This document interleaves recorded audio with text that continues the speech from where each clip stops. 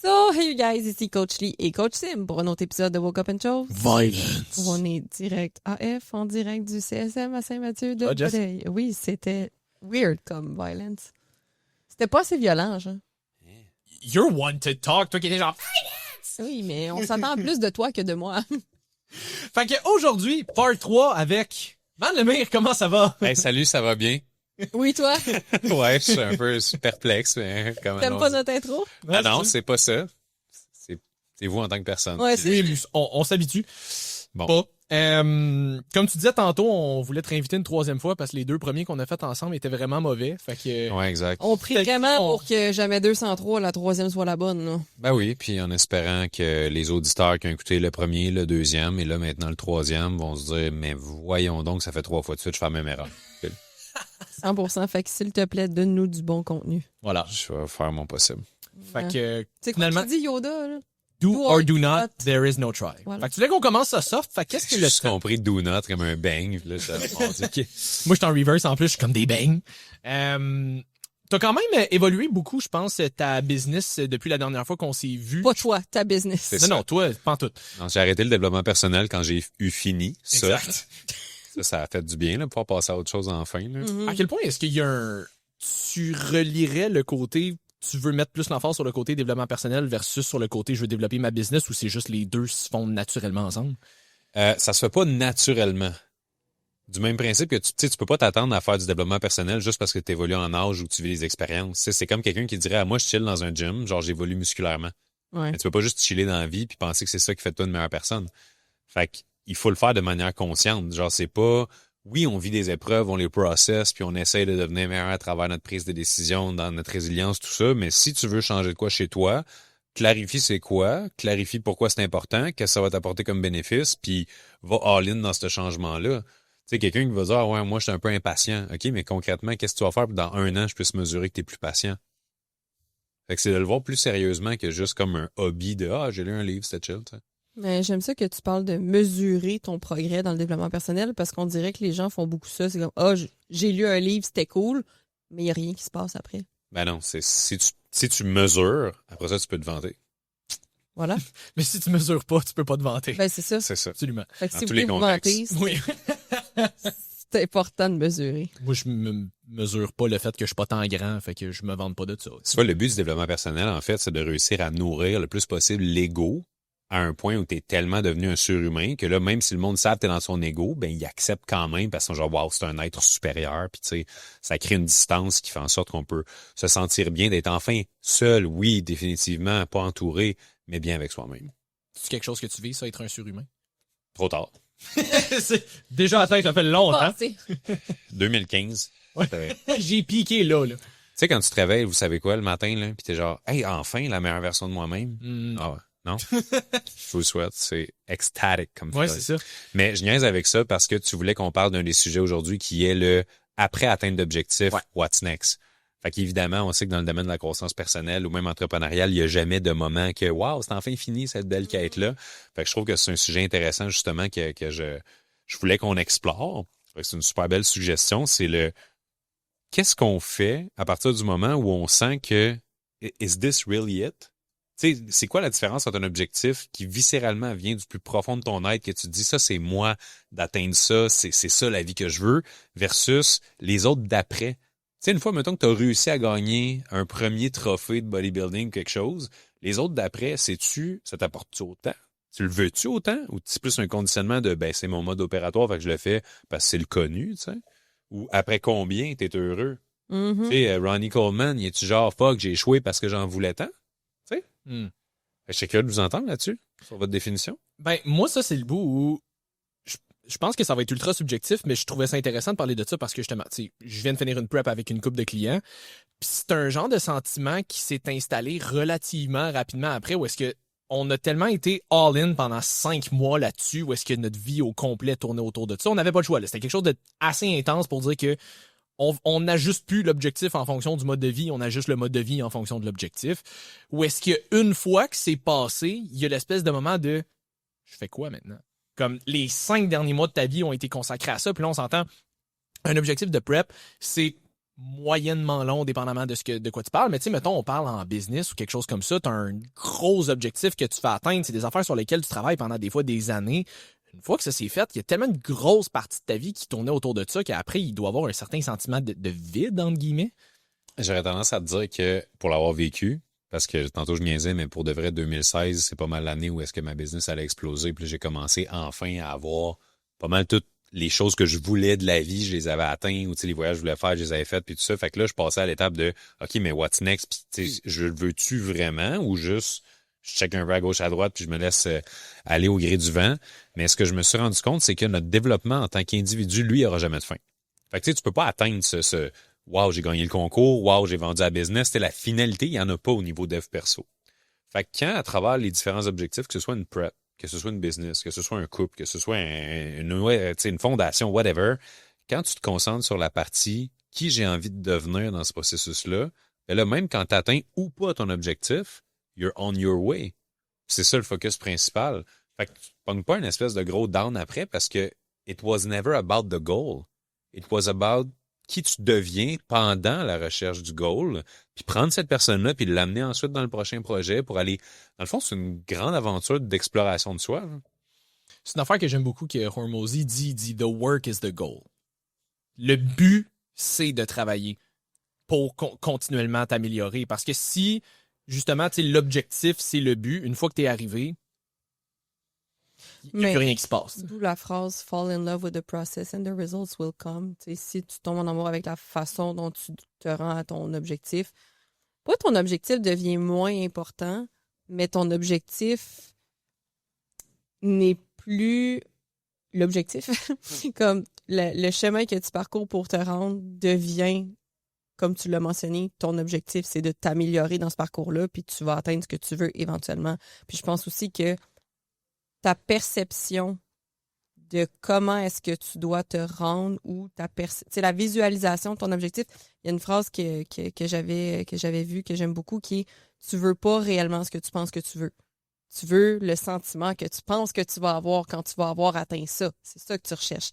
Mais ça, tu peux l'avoir à travers ton processus. Tu peux l'avoir d'une autre façon qu'en atteignant cet objectif-là.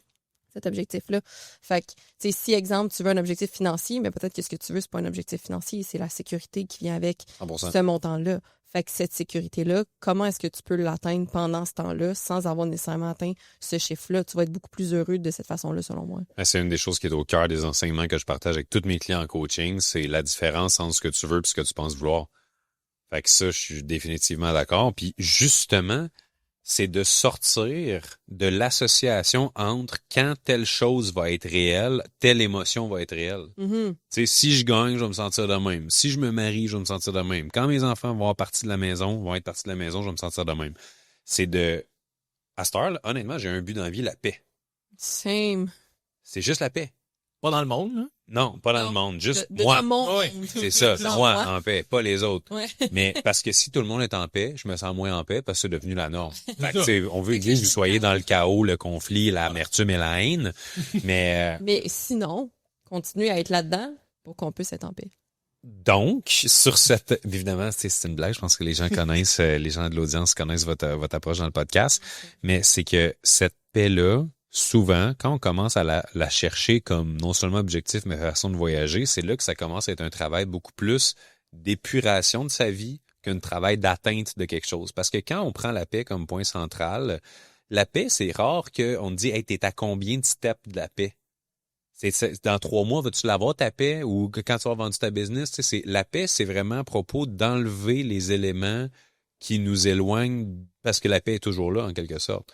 Fait que ce qui est le fun, c'est que quand on fait ce travail-là d'épuration de notre vie pour avoir une vie plus paisible, puis en même temps, la paix, c'est pas juste de l'épuration, c'est de renforcer nos épaules. Tu sais, c'est de devenir quelqu'un qui est capable de pas sortir de la paix quand moindrement tel trigger négatif arrive dans notre vie. Ben, ça commence à être super le fun parce qu'ensuite, on déplace cette personne-là qu'on est en paix dans un projet professionnel, dans un couple, dans une business. Puis c'est ce qui fait qu'on traîne un peu notre bonheur partout. Fait qu'il y a plus de... Tu sais, quand même, mettons, là, j'ai un objectif de faire 100 000 en un mois, puis finalement, je fais 80. C'est jamais de ma paix pendant ce temps-là. C'est juste des chiffres. Tu sais, c'est plus grave en tant que tel. Puis je pense que quand on sort de cette fameuse notion de qu'est-ce qui est grave, qu'est-ce qui est pas grave, c'est là qu'on récupère réellement le pouvoir sur notre vie. Parce qu'on n'est plus en craving d'objectifs, tu sais, aujourd'hui, tu me demanderais c'est quoi mes goals, littéralement, là, j'aurais de la misère à te répondre parce que mes goals, c'est à propos d'une façon d'être, c'est à propos d'une paix. Tu sais, mettons, je suis bien plus fier quand quelqu'un me parle comme de la merde puis je réponds paisiblement que de faire tel chiffre avec ma business. Parce qu'au final, la seule vraie paye, ça je le dis tout le temps à travers sur podcast, whatever, la seule vraie paye dans la vie, c'est comment tu te sens par rapport à toi-même. Mm-hmm. Il n'y a rien qui vaut plus que ça. Je te donne la santé, le succès, fame and fortune, rock and roll, tout ce que tu peux vouloir, toi qui cherches le rock and roll. Oui, tout à fait. Just qu'on sait. Chaque jour de ma vie, moi, c'est les sensations fortes. Voilà. C'est vrai, genre c'est du bungee en sortant du... Tout à fait. C'est Pourquoi je reste au 7e étage? J'aimerais tellement ça de voir faire du bungee. un lit à 2 étages à 20 étages. Genre, let's go! Le cadran est au rez-de-chaussée. C'est mon lit superposé. Et voilà. Qui est beaucoup mieux que de se superposer dans son lit, parce que ça, c'est un autre type de business. Ça pourrait être drôle, par exemple. Which one? Donc, pour poursuivre avec la partie francophone impertinente, Oui. ben, je peux pas faire ça, poursuivre, parce que je sais pas où est-ce qu'on est rendu. Tu parlais que c'est surtout la personne que tu deviens qui va... la meilleure paye, c'est la personne que tu deviens. Puis comment Oui, c'est how do you toi-même. feel. Fait que c'est ça, même si tu cherches toutes les sensations possibles et inimaginables, au final, si tu te sens pas bien, tu sais, t'es dans un party jet set de la F1, tout le monde est à la place, wow, c'est big shot. Tu sais, tu te sens pas bien pendant que t'es là-bas, you got nothing. Puis comment tu vas pour te sentir bien? C'est grâce à ton dev perso, c'est ta relation de toi à toi, c'est ta perception de qui tu es, ton environnement, les triggers. Fait que tu sais, c'est pour ça que c'est tellement important d'adresser son ménage intérieur sérieusement.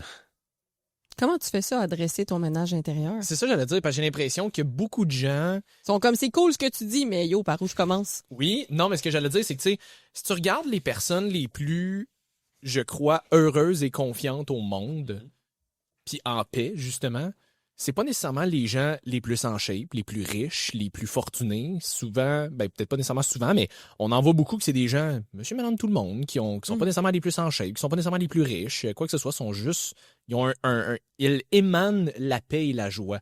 C'est pas mal plus, je crois, un état d'âme que un objectif ou un statut quelconque. Là. Ben, d'où l'expression imbécile heureux, là. Tu sais, je veux pas comme dire faut être cave, faut être heureux, mais tu sais, c'est parce que le principe derrière l'imbécile heureux, c'est que tu penses à moins de choses. Tu m'avais déjà dit, la sagesse n'est pas de tout savoir, mais d'arrêter de se poser toutes les questions.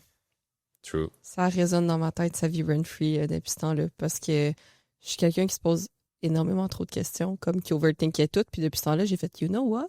C'est vrai que c'est pas de trouver toutes les réponses qui me rend heureuse, c'est juste vivre.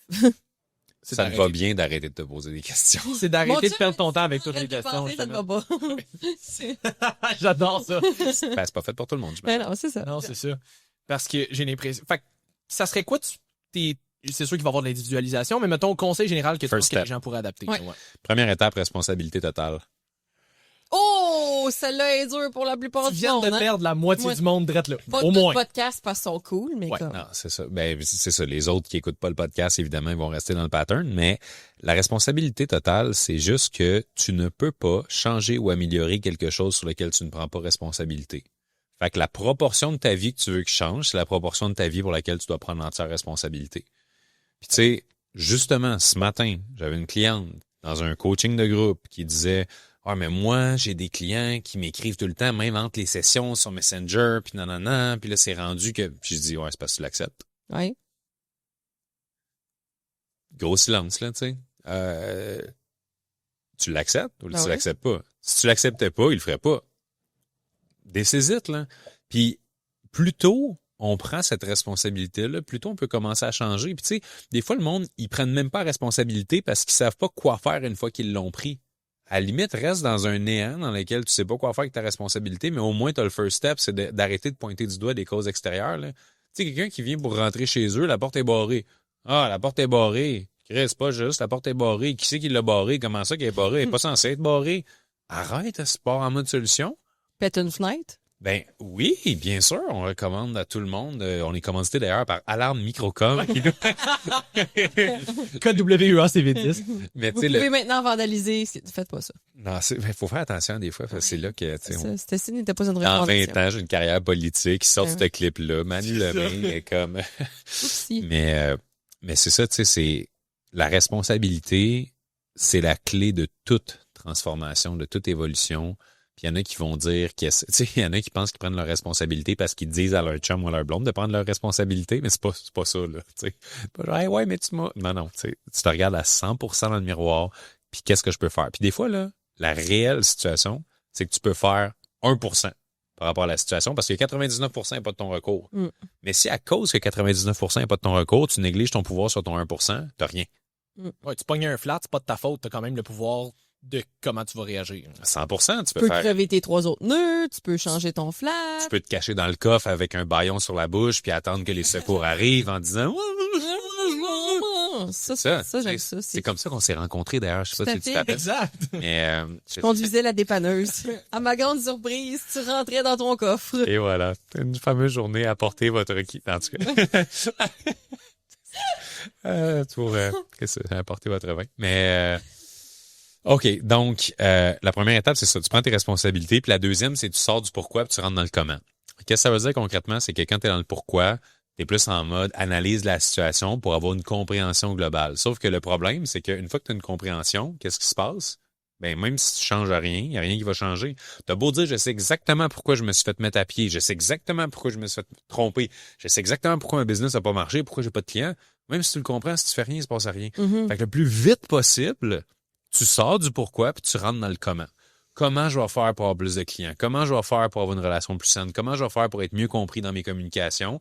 Puis là, tu as toujours le pouvoir de faire quelque chose parce que dans le comment, tu rentres en mode ressources. Qui va pouvoir m'aider? Comment je vais pouvoir changer? Qu'est-ce que je vais pouvoir lire? Quel épisode de podcast je vais écouter? Mais il existe tout le temps des ressources pour nous aider. Et il faut rentrer dans le comment pour réussir à aller chercher. Hey, moi, j'ai envie de rentrer dans quelque chose de controversé, justement. Là. Tu viens de dire, justement, tu sais, maintenant, je sais pourquoi je me suis fait mettre dehors, je sais pourquoi je me suis fait tromper. Mhm. Ça, c'est quelque chose sur quoi on a vraiment, ben, je dis on, pas nécessairement parce que ça m'est arrivé, mais les gens, j'ai l'impression qu'ils ont tendance à toujours mettre la faute à 100% sur la personne, puis obviously, il y a une bonne partie, mais à quel point est-ce que la personne qui s'est fait tromper devrait prendre responsabilité là-dessus? À 100% sur la partie qui appartient. Explique. Dans toute situation, tu peux te servir d'une part de celle-ci pour évoluer. Fait que quand je dis tu te fais tromper, prends 100% de la responsabilité, ça veut pas dire C'est tu t'es fait tromper à 100% de ta faute. Ça veut dire que tu prends 100% de responsabilité de qu'est-ce que tu peux faire dans cette situation-là pour grandir, évoluer, comprendre, t'améliorer ou whatever. Puis au final, c'est de la faute à qui? C'est la chose la plus conne au monde. On s'en fout complètement, c'est de la faute à qui? 100%. Genre, prends tout ce que tu as à apprendre de ton côté, là, puis les gens autour de toi vont s'ajuster dans ta vie. Ils vont partir, ils vont arriver il y a une phrase que j'aime bien qui est « Some people are there for a reason, others for a season ». Fait que, tu sais, c'est de comprendre qu'il y en a du monde que tu peux être parfait, ils vont s'en aller pareil. Il y a du monde que tu peux être un tas de merde, ils vont rester pareil. Et on n'a pas de contrôle, ces autres, tant que ça. Tout ce qu'on contrôle, c'est notre attitude, notre comportement, nos paroles, nos pensées, nos actions. C'est qui on est. Fait que, au final, tu sais, si tu te fais tromper, est-ce que, premièrement, la question, c'est même pas à savoir t'aurais-tu pu l'éviter. C'est à savoir qu'est-ce que tu veux comme relation globalement. Puis, tu sais, je vais te donner un exemple. Tu as une relation dans laquelle tu es exactement ce que tu veux, tu as la relation que tu veux, tout se passe super bien, OK? Selon toi, du moins. Selon toi, du moins. Fait que, tu sais, dans ton monde, t'es heureux, puis tout ça, puis tu sais, c'est harmonieux, puis t'es vraiment content de tout ce que tu veux. Arrive à un point dans cette belle relation-là où tu te fais tromper.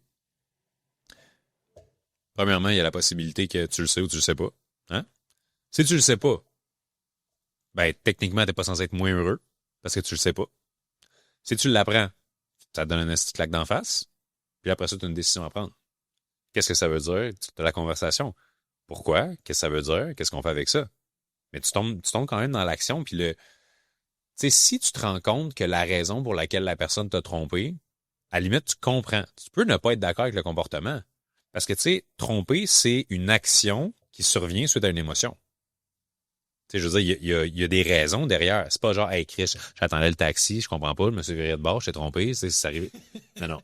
Il y a des émotions qui ont mené à ça. Fait que c'est toi de comprendre. Est-ce que je veux être avec une personne qui gère ses émotions de cette façon-là, en les communiquant pas au point de se rendre jusque-là? Est-ce que moi, j'ai été clueless en cours de route, puis j'aurais... Tu sais, dans le fond, je pensais que j'avais une bonne communication, mais je n'avais pas une.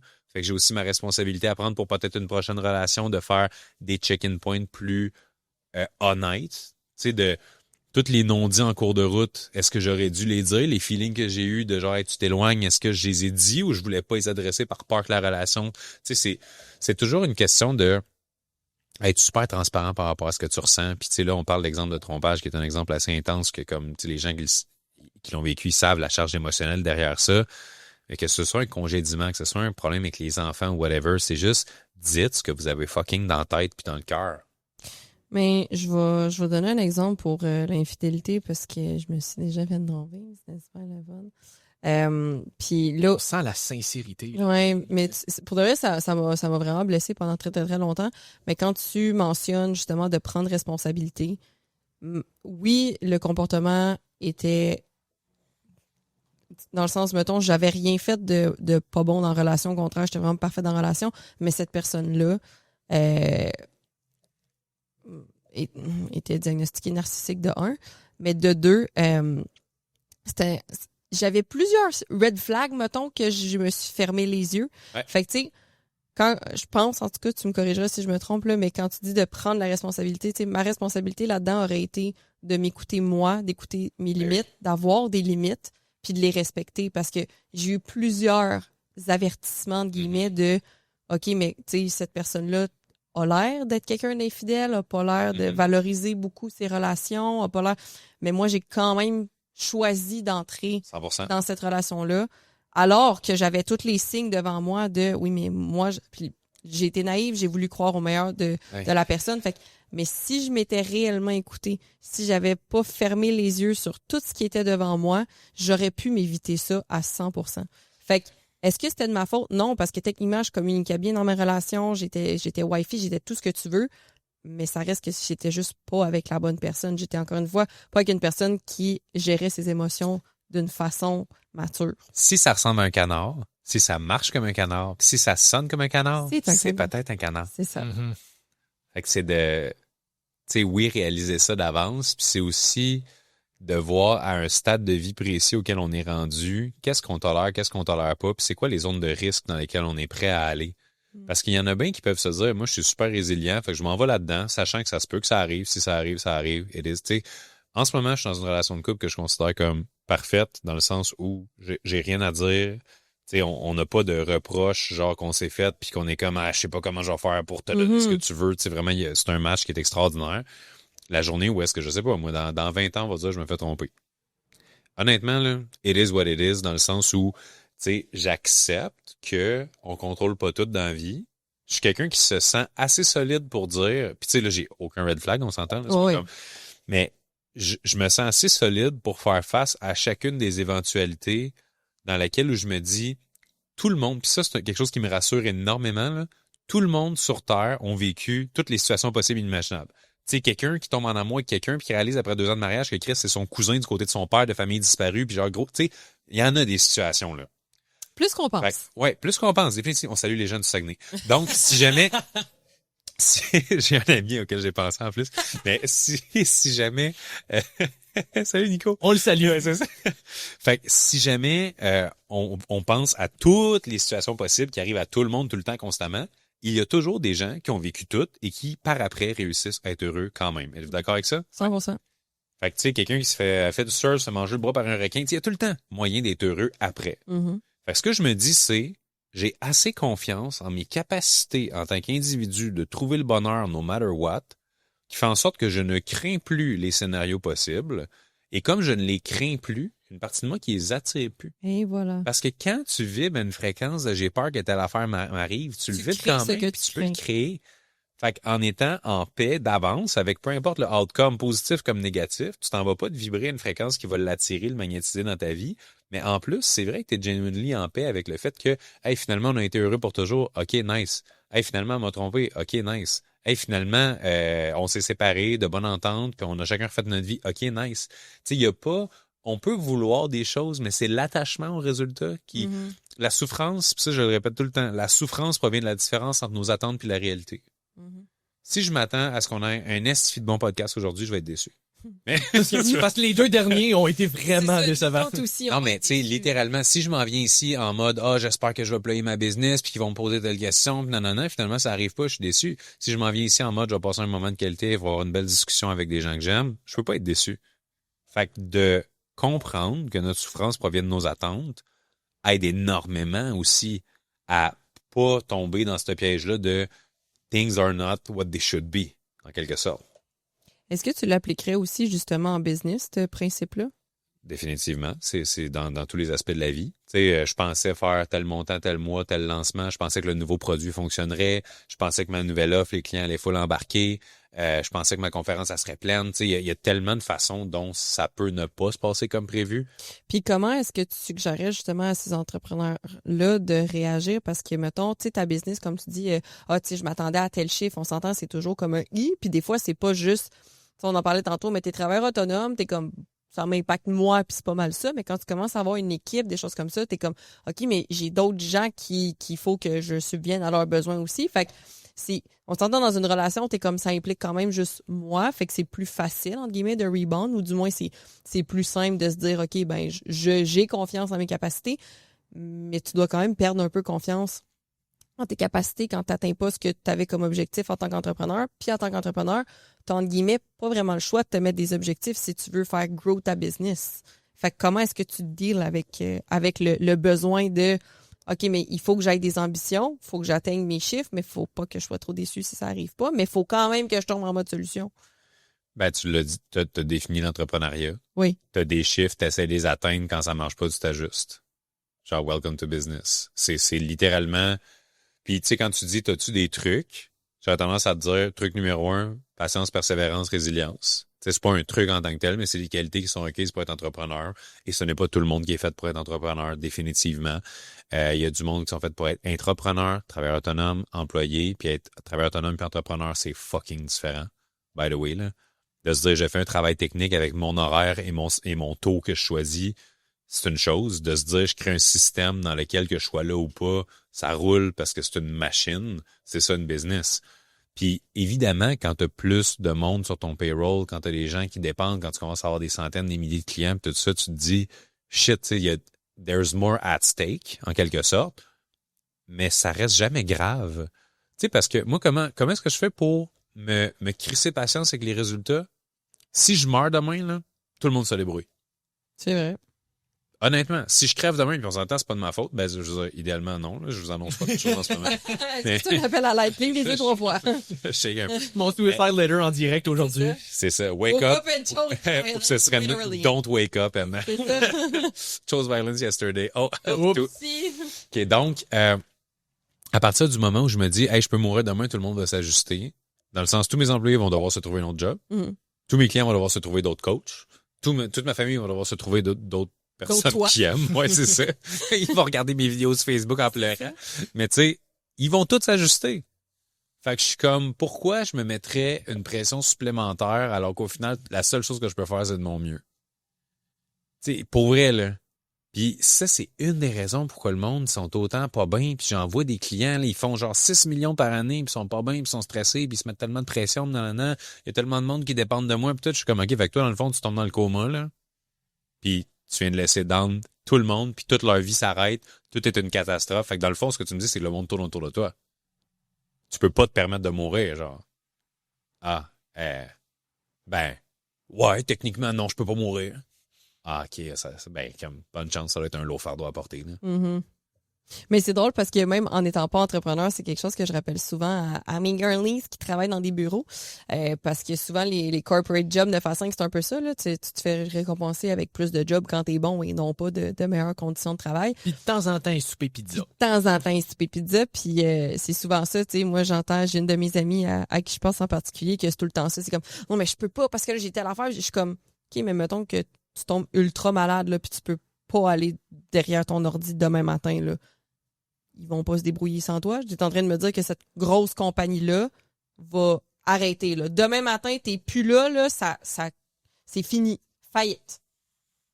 Ben non, là, mais OK, fait que t'es en train de me dire que là, tu hypothèques ta santé pour eux autres, mais que si ta santé est actually hypothéquée, Ah, c'est ça. ils vont devoir se débrouiller. Fait que pourquoi est-ce que toi, tu t'arranges pas pour qu'ils se débrouillent déjà sans toi quand t'en as besoin pour toi-même? Tu sais, pourquoi c'est pas toi ta priorité numéro un? Puis il y a tellement de gens qui pensent de cette façon-là, de comme oui, mais tout est sur mes épaules. Moi, j'ai jamais pensé de même en travaillant en corporate, là. Ben, c'est de réaliser aussi qu'il y a une énorme différence entre, tu sais, les je veux et les il faut. Il y a beaucoup de monde qui perçoivent leur vie au complet comme un méga il faut. Ouais. Il faut que je fasse ci pour mes enfants, faut que je sois là, faut, puis ils s'imposent des règles que dans le fond, ça provient juste d'eux-mêmes parce que techniquement, la journée où ils tombent malades, il n'y en a plus des il faut, là. Leur seul il faut, c'est guérir. Tout le reste, le monde se débrouille. Il y a quelqu'un qui fait les lifts aux enfants à garderie. Il y a, tu sais, it happens, là. Puis, si seulement le monde réalisait que leur vie est beaucoup plus leur choix que ce qu'ils pensent, là. 100%. Il y en a qui pensent que c'est l'accumulation de circonstances qui a fait en sorte qu'éventuellement se sont ramassés dans une case, puis là, c'est la case dans laquelle ils sont pognés. Voici ma vie, this is it.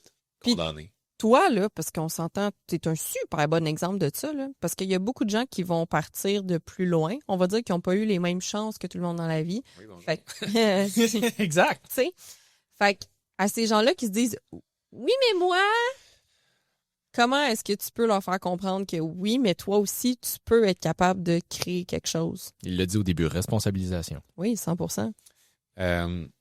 C'est d'accepter, puis même, je te dirais, pour ceux qui partent pas nécessairement d'extrêmement loin, tu sais, d'itinérance, whatever, comme Toi? une histoire personnelle, mais même quand tu pars pas nécessairement de loin, c'est d'accepter qu'il existe un temps requis pour devenir ce que tu veux, avoir la business que tu veux, avoir le couple que tu veux. Parce que, tu sais, mettons, tu peux être dans une nouvelle relation à 35 ans ou à 40 ans, puis ça, c'est tout de suite parfait parce que tu as 20 ans d'expérience de mettre des limites, d'ajuster, de communiquer. Fait que c'est pas que, wow, j'ai rencontré une personne puis c'est donc spécial. C'est comme, non, toi, t'es devenu quelqu'un de spécial qui est capable de vivre une relation spéciale.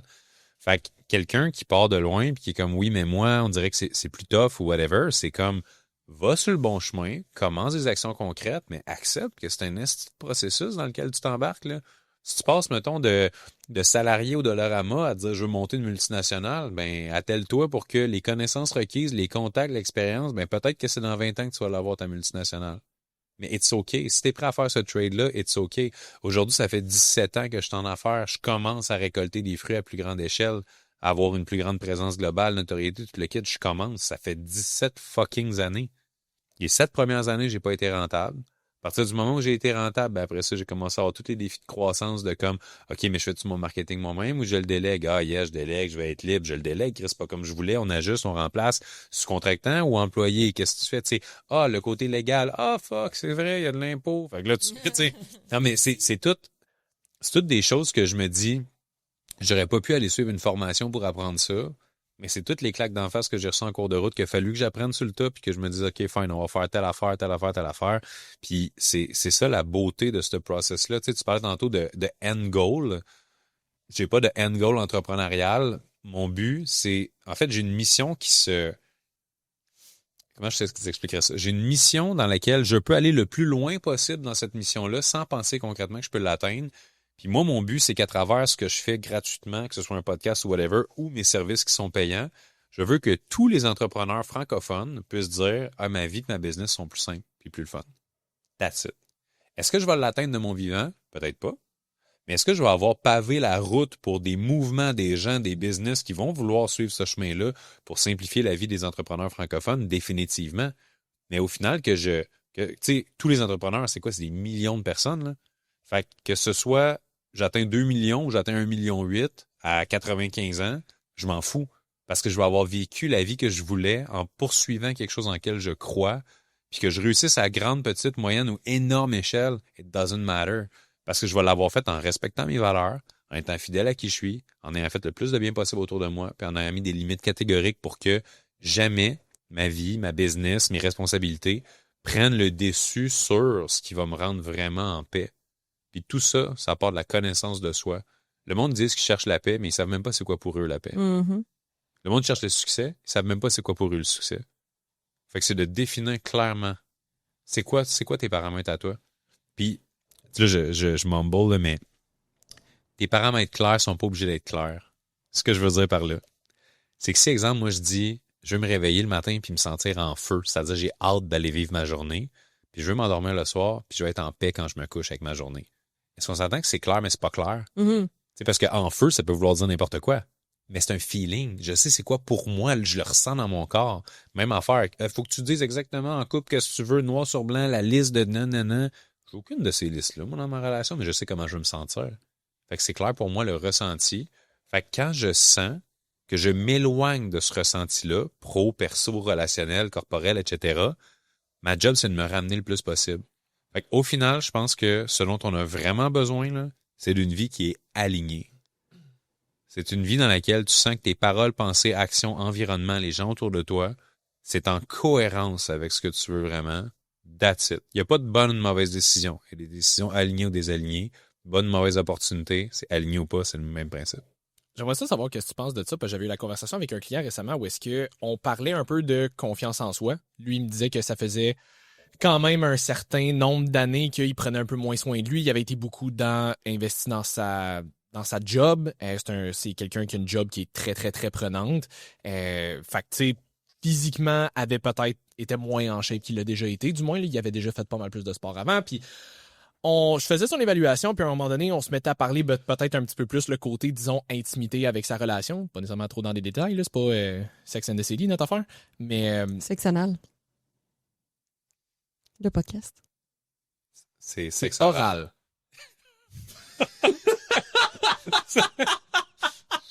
Chris.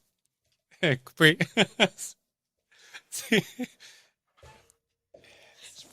Martin qui avait dit ça. Oui, c'est Martin hier. Il a fallu que tu sortes ça là. Puis ta face qui nous regarde en voulant dire quoi? Ouais, c'est comme. C'est juste normal. Ça le nom dans ma. Je suis désolée, sir. Okay. Ah, c'était excellent. On les salue. On salue ceux qui font. En tout cas. Fait que c'est ça. Fait que, puis, en tout cas, on s'est mis à parler un petit peu de comment il se percevait dans sa relation, peut-être un petit peu plus intime comme ça. Puis il me disait, tu sais, je me sens un peu moins confiant envers moi-même, j'ai moins l'impression que, tu sais, je dégage quelque chose de bon. Puis je dis, selon moi, c'est pas tant une question que t'es moins confiant parce que t'es moins en shape que tu l'étais. Selon moi, c'est plus une question que en ce moment, les actions que tu prends sont pas en cohérence avec ce que tu veux réellement, puis ça fait un bout que tu le sais.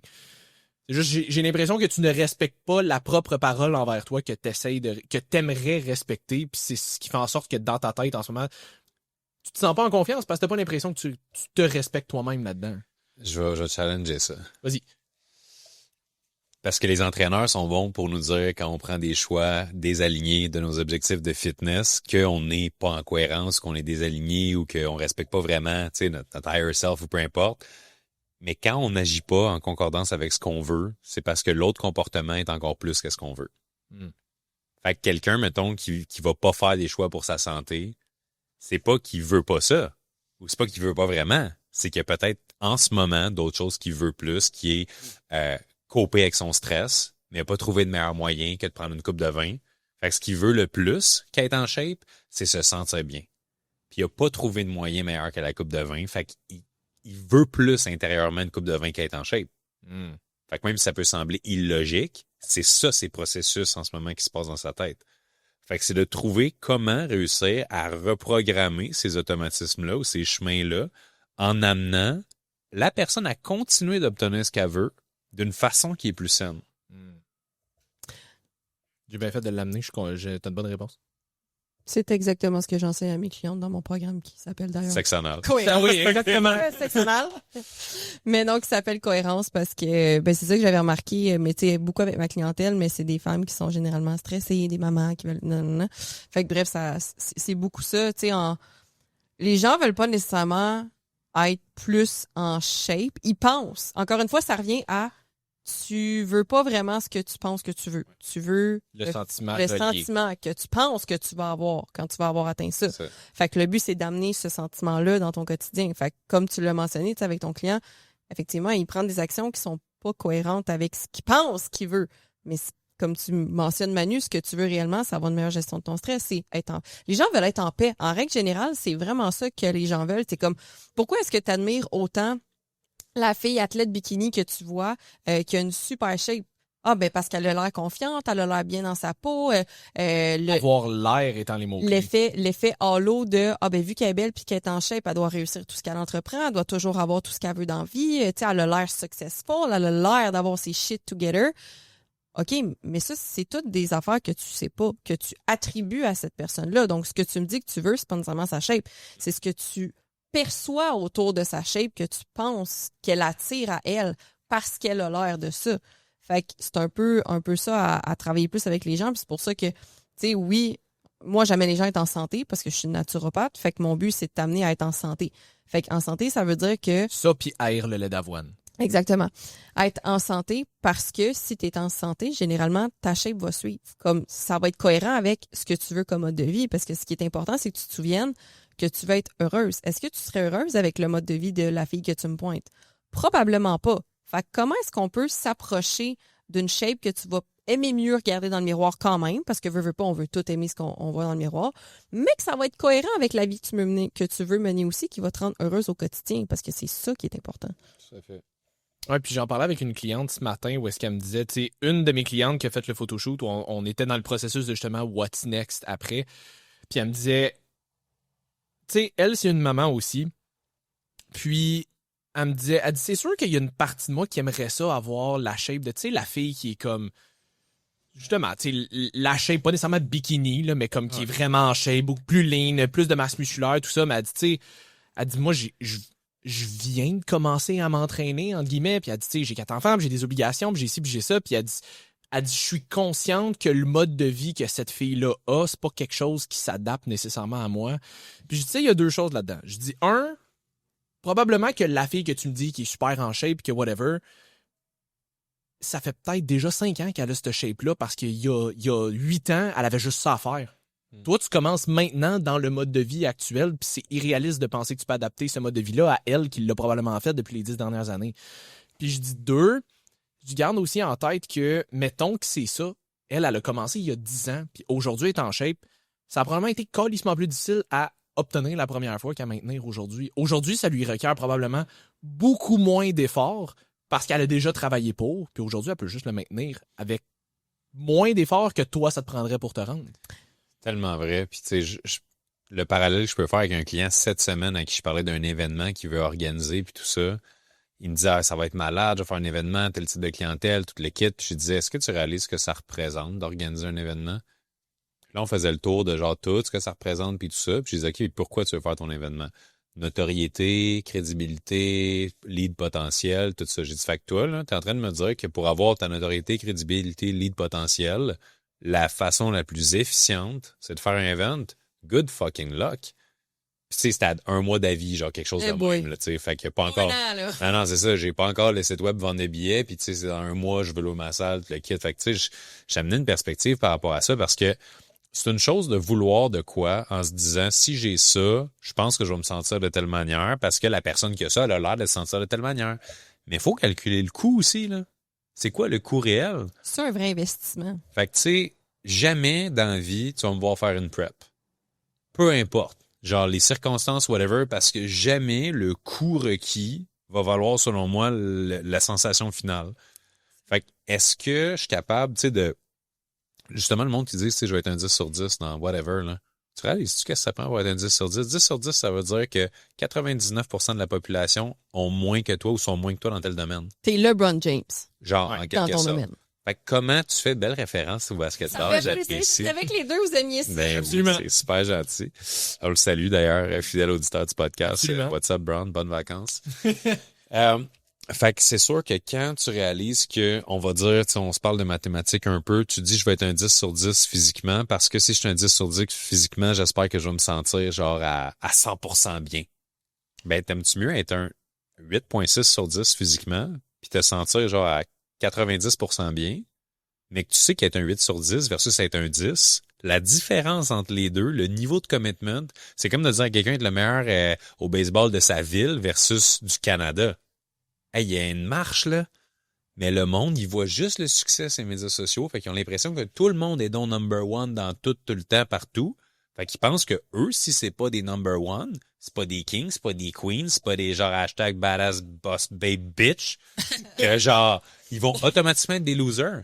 Puis qui vont, genre, passer à côté de leur potentiel, pas réussir leur vie. Puis ça revient à la question tantôt de c'est qui les gens les plus heureux.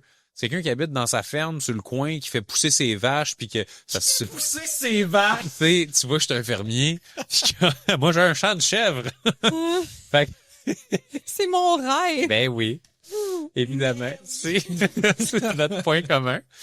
Donc, Ça, puis sexe anal. tu sais, non, en tout cas. On en reviendra Fait que, jamais. non, c'est trop tard. Fait que, évidemment, c'est de comprendre que le bonheur est fait de petites choses. Puis je pense que quand les médias sociaux sont arrivés, ils ont accentué le phénomène de je suis pas assez, il me manque telle chose parce que back then, quand t'étais dans ta chaise berçante là, à la fin de ta journée, puis t'avais fait un travail manuel noble dans lequel, tu sais, t'es quelqu'un qui dit hey, j'ai labouré mes champs, j'ai réparé le moteur du char, puis là, du coup, tu sais, la job est faite. J'ai fait pousser mes vaches. Et J'ai fait voilà. pousser mes vaches. Là, tu te balances. Et j'ai regarde, planté mes chèvres. sans peau. Ben, on salue encore les gens du Saguenay. Oui.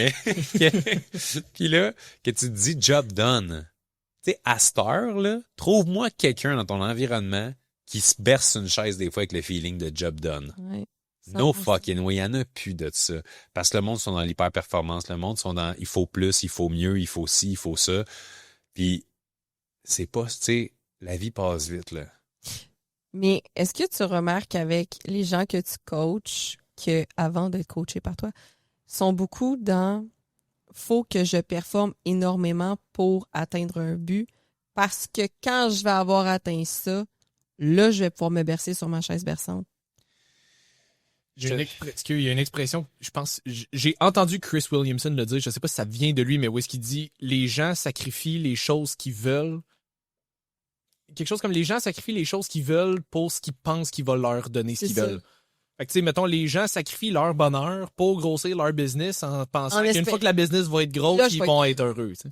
C'est un des core de mon message depuis les 17 dernières années, c'est tout ce qui est essentiel dans la vie est gratuit et accessible ici et maintenant.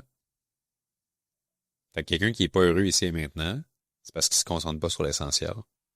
Parce que si tu fais le trade de ce que tu as de plus précieux, ton temps, la seule chose qui reviendra jamais, pour espérer bâtir de quoi, qui va ensuite te rendre heureux, tu fais l'équation à l'envers.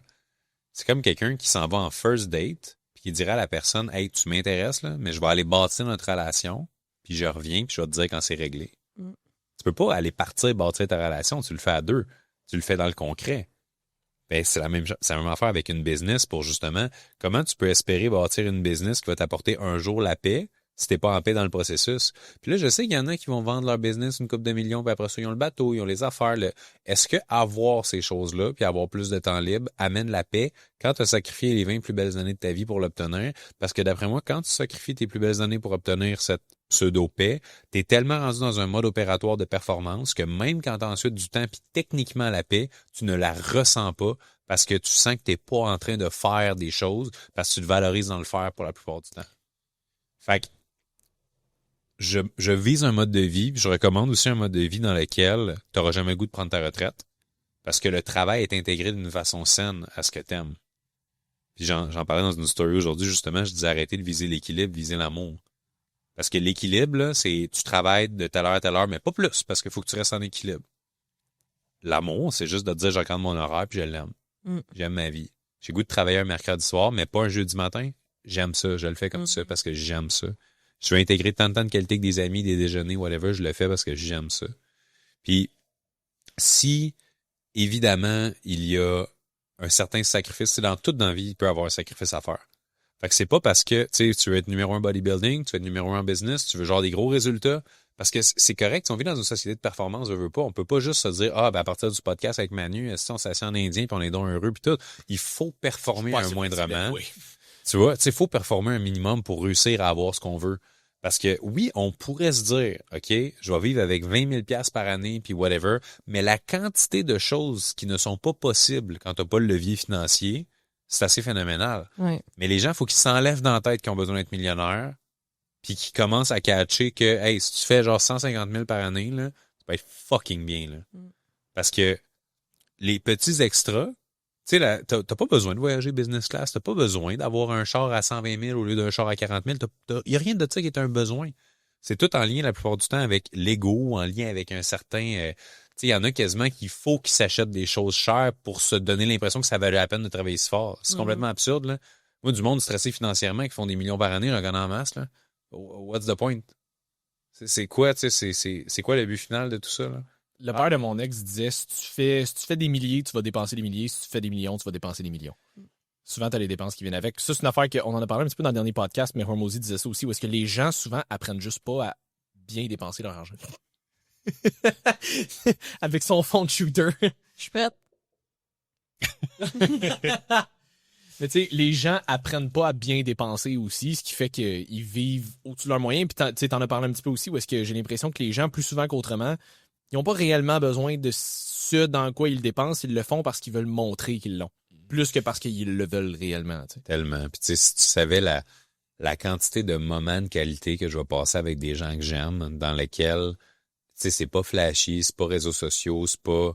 J'ai pas besoin, tu sais, de montrer ces choses-là, mais c'est ça qui crée la vraie richesse de la vie, là. Souvent, c'est dans des sous-sols sombres ou des égouts. Exactement. C'est là qu'on s'est rencontrés d'ailleurs. Après le Et crash, on cherchait- la Exact. pogne dans le bas. On cherchait les Tortues Ninja, puis on s'est retrouvés dans un égout, déçus les deux, puis Tout à fait. on a bande. Oui, Fait que, parce qu'il fallait battre des gros rats. pense la joke de Tortues Ninja elle pourrait se finir là. Ouais, je suis quand. Parce que ceux qui n'ont pas le référent en ce moment, là, sont genre, hein? À quelle étape que, ok, bref.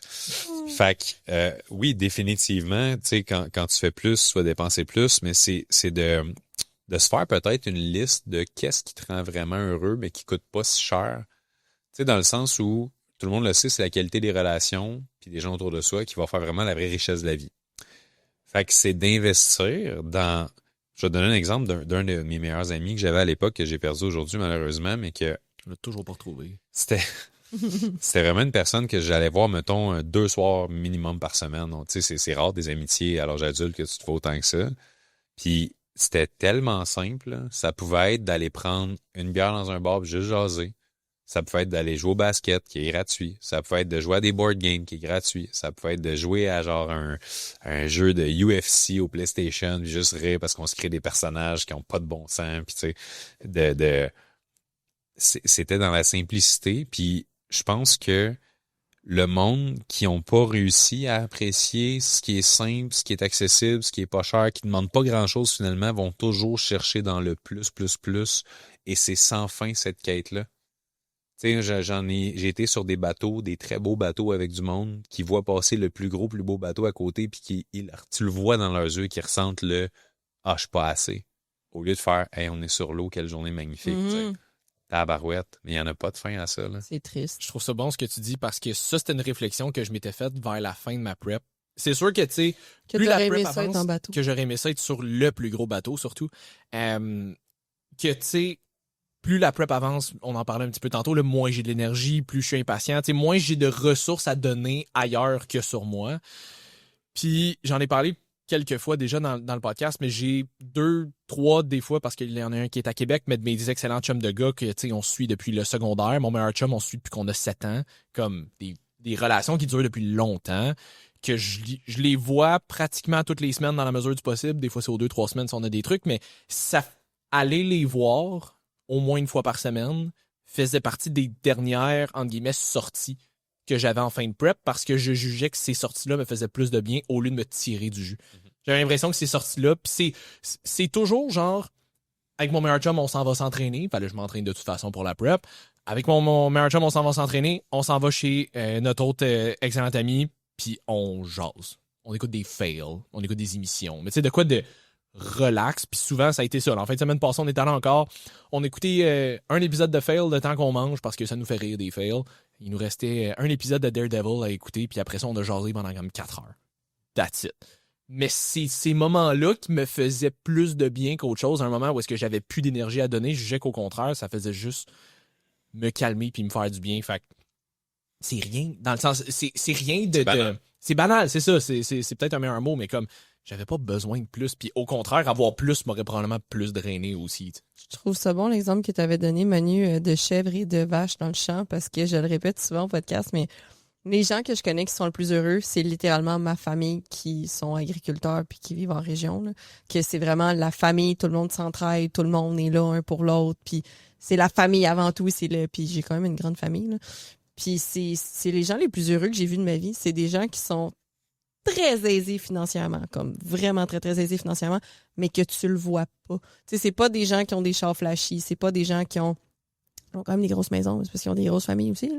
Mais tu sais, qui ont genre, tu sais, les activités, c'est on fait du 4 roues, on fait des feux, comme ils vont boire de la bière, mais ils vont se réunir en famille, faire des soupers de famille, puis c'est vraiment cette petite vie-là, puis c'est tellement les gens les plus heureux et posés que j'ai vu de ma vie, qui apprécient les petites choses de la vie, qui apprécient juste le temps passé entre eux, ils apprécient le fait que tout le monde est encore en vie, tout le monde est en santé. Ça me ressource tellement quand je vais dans ma famille à Québec, puis je pense qu'ils sont même pas conscients d'à quel point je les aime puis que je les admire, mais à chaque fois, c'est vraiment... Moi, c'est ma place où est-ce que je suis comme, wow, ça fait tellement du bien de sortir de... Mettons même les gens en ville, en général, c'est plus, OK, performance go, flashy, fais ci, fais ça, telle activité, puis, mais là, t'étais-tu à tel événement, puis c'est comme... Moi, j'aime juste le calme puis la paix aussi. C'est vraiment... ça, le plus gros sens de ça, puis être des bras à mon chum. C'est les deux affaires que j'aime le plus. Ben, ça revient à ça. Être des bras à ton chum, c'est le calme et la paix aussi. Tu sais, je pense qu'on a besoin en tant que société, puis qu'entrepreneur surtout, d'avoir plus souvent des conversations autour de la paix, plus quasiment que les trucs pour avoir du succès ou l'argent ou whatever, parce que au final, OK, on va faire 3 ans de podcast sur le succès et l'argent pour ensuite faire quoi? Enfin, le podcast qui parle de la paix parce que now what's next? Tu sais, fait que c'est important d'en parler de manière préventive pour éviter de tomber dans cette game-là, puis tu sais, de justement, moi j'aime bien l'argent, je la vois comme 2 choses, la possibilité d'expérience puis la possibilité d'imprévu puis de sécurité, parce que tu sais c'est le fun de savoir que il se passe telle affaire, il y a un pépin, finalement il faut sortir 40 000 à la dernière minute, on l'a. Mm-hmm. C'est même pas stressant d'être capable de dire à ta blonde genre mais non chérie, il n'y a pas de souci, là, l'argent est dans le compte, on fait juste déplacer ça puis fait que oui, tu sais, je vais aimer certaines belles choses, si je peux dire comme ça, mais jamais au détriment de l'équilibre ou de la paix, dans le sens où, tu sais, t'es-tu vraiment rendu, tu sais, si tu veux, la journée où je vais me payer un char à 300 000, là, c'est parce que je vais être capable de me le payer 3 fois cash. Mm-hmm. Tu sais, ce sera pas parce que, ouais, je vais checker, voir si les paiements, je serai capable de manager les affaires, puis finalement, OK, je suis capable de mettre 10 000 par mois sur un char, OK, peut-être. C'est pas, ouais, on va augmenter telle chose, ça devrait être possible. Non, c'est amplement possible, c'est rendu le fun, puis tout ça. Mais je vais vraiment prioriser les expériences. Parce qu'à la fin de l'année, on est un style de vie dans lequel, tu sais, comme on l'a dit, les choses les plus banales qui coûtent pas cher. Tu vas prendre un café avec un ami. La semaine prochaine, là, je pense que j'ai genre 6 moments, que ce soit des cafés ou des déjeuners ou des soupers avec du monde. Mais tu sais, au final, c'est pas ça qui coûte le plus cher. Mm-hmm. Tu sais, puis je suis pas le gars qui va acheter 4-5 bouteilles de vin d'un souper, des affaires de même, ça m'intéresse pas. Mais c'est de me dire que j'ai pas... Tu sais, le fait de pas avoir la grosse maison, le gros char, le gros ci, le gros ça, puis le gros stress, ça donne tellement de lousse au niveau des liquidités pour être capable d'inviter, tu sais, si tu veux aller voir un show du monde, t'invites 10 de tes chums, tu leur payes tout le billet. Ce feeling-là, là, de dire, hey, it's on me, ça me fait plaisir, je vous reçois, je veux qu'on vive ça ensemble, puis tout ça, il n'y a pas grand-chose qui bat ça. Fait que, tu sais, c'est de calculer aussi pour chaque personne, est-ce que vous savez réellement, ça vous prend combien pour l'avoir, cette vie-là que vous voulez? Parce qu'on dirait que tout le monde sont genre, soit t'es pauvre, soit t'es millionnaire. Mm. Hey, there's something in between called the middle, là. Puis il y a une zone dans laquelle c'est vraiment, tu sais, c'est surtout la marge nette qui est intéressante, là, mais c'est de se dire de quoi tu as vraiment besoin net là, pour être capable d'avoir la vie que tu veux. Le 3 quarts du monde ne savent pas. Ils prennent pas le temps de le calculer non plus. Là. Moi, pour 168 000 net, j'ai la vie de mes rêves, là, mais l'opulence totale. 168 000 net. C'est pas multimillionnaire de whatever. Fait qu'après ça, tout ce que je fais dans la croissance de mon entreprise, ce n'est que pour l'entreprise. Je peux réinvestir dedans, je peux réinvestir en marketing, réinvestir en pub, graphisme, branding, etc. Mais c'est pas mal moins stressant que de se dire le plus rapidement possible, je veux montrer que j'ai un certain niveau de succès, puis tout le monde le voit, puis je flash mes affaires, mais dans le fond, je suis à côté à gauche, je suis pas en paix, je me bats avec ma blonde par rapport à l'argent. Tu sais, c'est pas une vie, ça, là. Puis là, t'es quand même bien placé à travers ta business et tout, puis t'as toujours beaucoup prôné justement l'authenticité, l'équilibre, la paix, etc. Y a-tu des... Mais sûrement que oui, là, mais des erreurs, des choses que tu as fait que tu aurais aimé savoir avant pour pas avoir besoin de te tromper puis faire ces, mettons, plus grosses erreurs-là. Parce que c'est sûr que en tant qu'entrepreneur, c'est des erreurs, tu te plantes, c'est du educated guess, mettons, là, tu fais pas exprès de te planter. Mais y a-tu des moments que tu as fait ça pour de vrai, genre si je peux éviter à certaines personnes de faire ce type d'erreur-là, là, je vais vous économiser du temps puis ben du stress. Numéro 1, quand vous allez sur un podcast, assurez-vous de savoir dans quel récipient on va vous donner votre eau.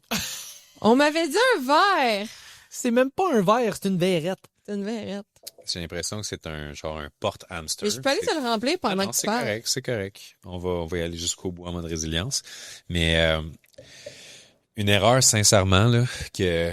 Puis tu sais, encore là, appeler ça des erreurs, c'est difficile parce que tu te dis, c'est pas tant des erreurs, c'est plus comme passage obligé qui forge la maturité et l'expérience d'entrepreneur. Mais essayer de vendre quelque chose à la mauvaise niche, c'est le mauvais product market fit, là. Moi, je vois beaucoup de personnes faire cette erreur-là, de penser que leur idée est bonne, de penser que leur produit est bon, de penser que leur concept est malade, Pour tout le monde. alors que c'est eux autres qui sont dans leur univers en esti, là, avec genre, ah, ça va être fou, je vais avoir un commerce, genre, pignon sur rue qui est dédié seulement aux Transformers, puis blablabla, puis tout. Puis je suis comme, oui, pour les fans de Transformers, c'est débile mental ton concept. T'en as-tu assez dans la région, là, pour que ce soit rentable, puis que ce soit une vraie business? Ah, peut-être pas, tu sais. Fait que c'est de vraiment s'assurer que le product market fit il est bon, que l'offre est bonne. Moi, je vois beaucoup de monde qui se lance en affaires dans un domaine dans lequel il y a tellement d'argent à faire, mais leur offre est pas bonne. Fait qu'au final, ils struggle, on a de la misère à trouver des clients, de la misère à les garder, satisfaction est pas là. D'essayer aussi d'être meilleur avant ton temps. T'sais, si ça fait 15 ans que t'es forgeron, tu vas être un bon forgeron. Si ça fait 2 ans que t'es forgeron, t'es en train d'apprendre, t'es correct. Assume que c'est le niveau auquel t'es. Puis charge un prix qui est en cohérence avec ton niveau, puis aie l'ambition de ton niveau dans le sens où genre, tu sais, j'en vois beaucoup qui veulent avoir un succès rapide, fait qu'ils viennent de se lancer en affaires dans un domaine X, ça fait 2 ans qu'ils sont là-dedans, puis ils espèrent avoir mes chiffres ou des résultats de quelqu'un qui est là depuis des années. Je suis comme, fuck, tu sais, calmez-vous, là. Tu sais, arrêtez de jouer la short-term game, puis voyez ça beaucoup plus long terme, puis tu sais, surtout les pivots. Erreur numéro 1, là, j'en ai nommé en masse, mais je pense qu'une des erreurs numéro 1, c'est les pivots constants. Quand tu lèves ton pied pivot, c'est un marché. Exactement. Mais tu sais, les pivots de... Ça, c'est une règle de basket. Faites-en pas. J'ai aimé l'incompréhension dans sa face. Hein? C'est que il y a beaucoup de monde qui part dans une direction, puis parce que ça va pas exactement comme ils veulent, ils pensent qu'ils sont pas dans le bon chemin, puis ils pivotent. Mais tu sais, quelqu'un, là, finalement, là, qui se part à gauche, qui revient au centre, qui s'en va à droite, qui revient au centre, qui s'en va tout droit, qui revient au centre, qui part en arrière, ben, la personne, elle a fait genre 5 ans, finalement. Elle a l'équivalent de 0 ans au bout de 5 ans en termes de croissance d'entreprise parce qu'elle n'a pas focusé sur une chose pour l'améliorer. C'est si je te donne 5 blocs de marbre, Oui. bien important, hein, dans le podcast, ici, on sait que des fois, il y a de la confusion au niveau des mots, et que je te dis, fais-moi les 5 plus belles sculptures possibles, je te donne 1 an. Tu vas me donner 5 sculptures probablement average. Si je te donne 1 an pour faire la plus belle sculpture possible de juste un bloc, elle va être phénoménale. Parce que le focus fait en sorte qu'avec le temps, c'est là que tu as le temps de peaufiner les détails, puis d'enlever la dernière petite couche, puis tu sais, de vraiment juste rendre ton travail une œuvre d'art. Mais ça prend du temps, ça prend des efforts, ça prend une persévérance. Puis en essayant d'avoir un succès facile, le problème, c'est que si réellement c'était possible d'avoir un succès facile, Chris, tu serais pas le seul qui l'aurait. Tout le monde l'aurait fait cette idée-là, là. Tout le monde aurait fait ce concept-là, tout le monde aurait fait ton type de marketing, tout le monde. Fait que finalement, ce serait même pas du succès, ce serait juste la norme. Fait que d'essayer d'avoir les choses avant d'être rendu là, je pense que c'est une erreur qui est fondamentale, puis que quand les gens l'ont pas vite, ils changent de bord, ils changent d'idée. C'est terrible. Tu sais, mettons le programme que tu as en ce moment, Jess, là, avant de lancer un nouveau programme ou un nouveau concept, ou de se dire, ah, tel type de femme, je les sers pas, je pourrais sortir telle affaire pour elle, non. Focus sur ton affaire pendant 15 ans. C'est comme une psychopathe, juste all-in là-dessus, jusqu'à temps que ça devienne quelque chose de classe mondiale. Mon programme pour les entrepreneurs en ce moment, on est rendu à 25 cohortes. Pourquoi est-ce que c'est aussi bon? Parce que depuis 25 cohortes, on dit, qu'est-ce que tu as trouvé le plus transformationnel? Qu'est-ce qui aurait pu être amélioré? Feedback positif, feedback constructif. Voilà. Et on peaufine jusqu'à temps que ça devienne une machine qui est tellement bien rodée, là, qu'on le sait d'avance que le jour 4, ça se peut que tu vives un meltdown émotionnel par rapport à tel trigger, tel challenge. Fait qu'on t'encadre de telle façon pour revenir de telle façon. Mais pourquoi on le sait autant? Parce qu'on l'a rodé. Et c'est ça qu'il faut pas négliger. C'est la valeur de cette expérience-là. 100%. Puis je compte garder ça comme ça, même pas à cause de ton conseil, juste parce que ça me rend heureuse de faire ça. J'ai pris toute mon expérience de vie pour développer quelque chose qui est très cohérent avec moi, justement, puis qui me rend heureuse de faire, point. Comme demain matin, mettons, je gagne full argent, puis j'ai plus besoin de travailler, je continue quand même de faire mes cohortes parce que j'aime vraiment ça, faire ça, puis j'aime peaufiner ce projet-là. C'est vraiment comme mon petit bébé que j'aime full. Fait que je pense aussi que c'est facile de pas pivoter tout le temps quand t'es aligné avec littéralement ton identité puis ce que t'aimes puis la meilleure version de toi-même aussi. Tu sais, comme avant, quand j'ai commencé à coacher, ben, je prenais, tu sais, des gars, des filles, j'étais comme, je vais faire un peu de tout, tu sais, des recompositions corporelles, tu peux le faire pour pas mal tout le monde, c'est pas mal À un moment donné, j'ai fait, tu vois, tu sais, je fit moins bien avec tel type de personne. OK, tu vois, moi, j'aime moins ça, faire tel type de choses. Fait que, comme tu as mentionné tantôt, ça va te prendre un certain temps pour, de un, apprendre à te connaître, mais aussi être capable de connaître qu'est-ce que tu es capable d'offrir, puis c'est quoi ta niche à toi qui va pas juste desservir quelque chose, mais qui va te rendre heureux ou heureuse. Tu sais, comme tu l'as mentionné, si t'aimes ton horaire, t'aimes ce que tu fais, t'aimes ce que tu offres, mais c'est vrai que là, t'as pas vraiment l'impression de travailler un jour de ta vie. Là. 100%. Puis c'est un point important que tu as dit, ta niche puis ta clientèle, puis vraiment de faire... Tu sais, aujourd'hui, j'aime ce que je fais, avec qui je le fais, puis comment je le fais. Mais en tant que tel, l'univers, on va dire, du coaching, ça peut être désastreux. Oui. Tu sais, même un enseignant peut avoir un groupe phénoménal ou un groupe détestable. C'est la même profession, t'es enseignant, mais il y en a un qui t'a hâte aux vacances, puis l'autre, tu dis, je les aime tellement, mes petits amours. Mais c'est complètement différent comme expérience. Fait que nous, en tant qu'entrepreneurs, on a le privilège de pouvoir mettre au clair ces paramètres-là pour n'accepter que des gens avec qui on a un fit qui est bon, qu'on sait qu'on peut servir, qu'on est vraiment compétent pour le faire, qu'on aime le faire. Mais tu sais, ça aussi, c'est important de le clarifier, là. Ça revient toujours à la clarté. Mais j'aimerais ça revenir sur un point que tu as mentionné parce que on le dit, tu sais, il va falloir que tu prennes le temps de bâtir tes choses, non, tu peux pas vivre avec l'expérience que tu n'as pas. Mais on vit dans un monde présentement avec les réseaux sociaux où est-ce que tu peux avoir un succès overnight puis devenir influenceur, puis là, boum, il se passe quelque chose avec toi, puis t'as pas nécessairement besoin d'avoir tant de compétences que ça en tant que tel. Fait que je sais qu'il y a l'aspect marketing, que tu as un bon marketing, mais il y a des gens que c'est vraiment comme t'as fait une vidéo virale, merci, bonsoir. Comment est-ce que tu peux expliquer ça à des entrepreneurs qui bûchent depuis des années, que comme ils font tout correct, mais qui n'ont pas autant de succès que la personne qui a juste, entre guillemets, eu de la chance, avec un mélange d'autres choses, mais principalement le facteur chance, veux pas? Ben, c'est la différence aussi entre trouver une mallette pleine de cash puis bâtir une machine. Mm-hmm. Il y a plusieurs personnes, mettons, qui ont moins de compétences, mais qui ont un overnight success ou whatever, que tu vas regarder dans 10 ans puis ils n'auront rien. Rien. Oui. Puis il y en a d'autres qui vont avoir persévéré parce que oui, ils vont avoir eu le overnight success qui va les avoir propulsés, mais ils vont avoir eu aussi des compétences qui vont leur avoir permis de profiter de ce momentum-là pour bâtir quelque chose. Puis tu sais, à la limite, quelqu'un qui n'est pas nécessairement le meilleur entraîneur au niveau de ses compétences techniques, mais qui est super bon en marketing, en PR, en branding, en whatever, mais il mérite pas moins son succès que quelqu'un qui est meilleur parce qu'il y a juste des compétences différentes. Fait que tu sais, des fois, il y en a qui créent à l'injustice, justement, de mais ouais, non, hey, telle personne, tu sais, n'est pas censée avoir du succès. Si elle a du succès, c'est parce qu'elle a quelque chose. Oui, mais là, tu prends l'exemple d'un entraîneur, mais si je te donne un exemple de quelqu'un qui fait partie d'un ordre, d'un médecin, un pharmacien, quelqu'un qui a des vies entre les mains, puis qui est bon en marketing, fait qu'il est full connu, mais finalement, qui vient à faire une job très, très moyenne avec les gens, mais je sais pas, il peut faire signer des NDA, des choses comme ça, pour pas que, genre, je suis pas responsable si jamais ça fait pas ce que tu veux, non. C'est quoi ton point? Mon point, c'est est-ce que cette personne-là, tu dis, mettons, l'entraîneur, est-ce qu'il mérite moins son succès parce qu'il y a d'autres compétences? Ouais, mais c'est quand même important que tu sois compétent dans le domaine pour lequel tu te vends un peu, non? Ben, je veux dire, on parle d'éthique à ce niveau-là, on parle Oui. de morale, puis comme, ben évidemment, on n'encourage en rien ce qui est amoral. Mais c'est parce qu'il y en a beaucoup qui sont pas morales sur les réseaux sociaux, qui ont pas beaucoup d'éthique. Qu'est-ce qu'on fasse? Tu comprends ce que je veux dire? C'est dans le sens où, si tu savais la quantité de choses depuis les 17 dernières années que j'ai vues, puis je me suis dit, mais voyons donc, tu sais. Sauf que faut choisir nos combats dans la vie, là. Mm-hmm. On a toujours une quantité limitée de temps, d'argent puis d'énergie. Puis moi, je peux aller, genre, partir en chasse aux sorcières, puis aller dénoncer toutes les wannabe coach, wannabe ci, wannabe ça, pratique pas cool par là, telle personne, whatever. Tu sais, moi, mettons, il y a déjà du monde qui m'ont fraudé à travers les années, des providers de services ou whatever, tu sais, pour des dizaines de milliers de dollars. Puis est-ce que je me suis fait comme mission après ça de partir puis de protéger tout le monde de ce genre d'individu-là puis whatever? Pas pour autant. Parce que je me concentre sur... Tu sais, c'est toujours une question de choix.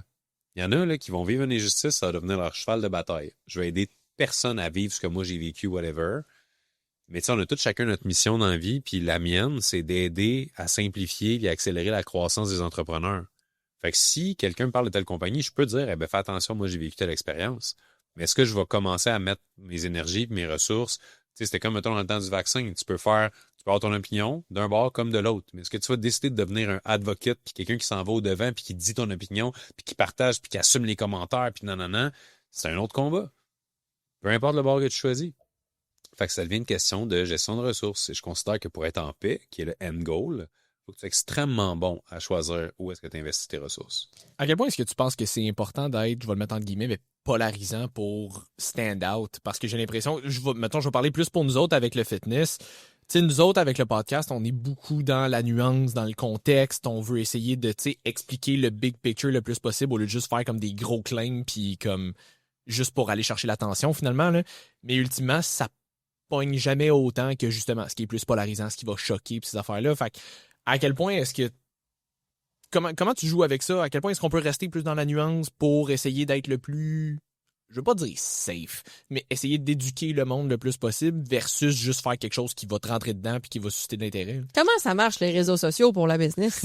Dans le fond, là, c'est que tout revient à une question de ce que vous voulez vraiment dans la vie. Parce que si, exemple, je sais pas, moi, je verrais un autre coach qui fait juste des bold claims, des statements qui n'ont pas de maudit bon sens, puis il est viral, puis tout le monde l'écoute, puis whatever, puis c'est du hate autant que du love, tu sais, puis tout le kit.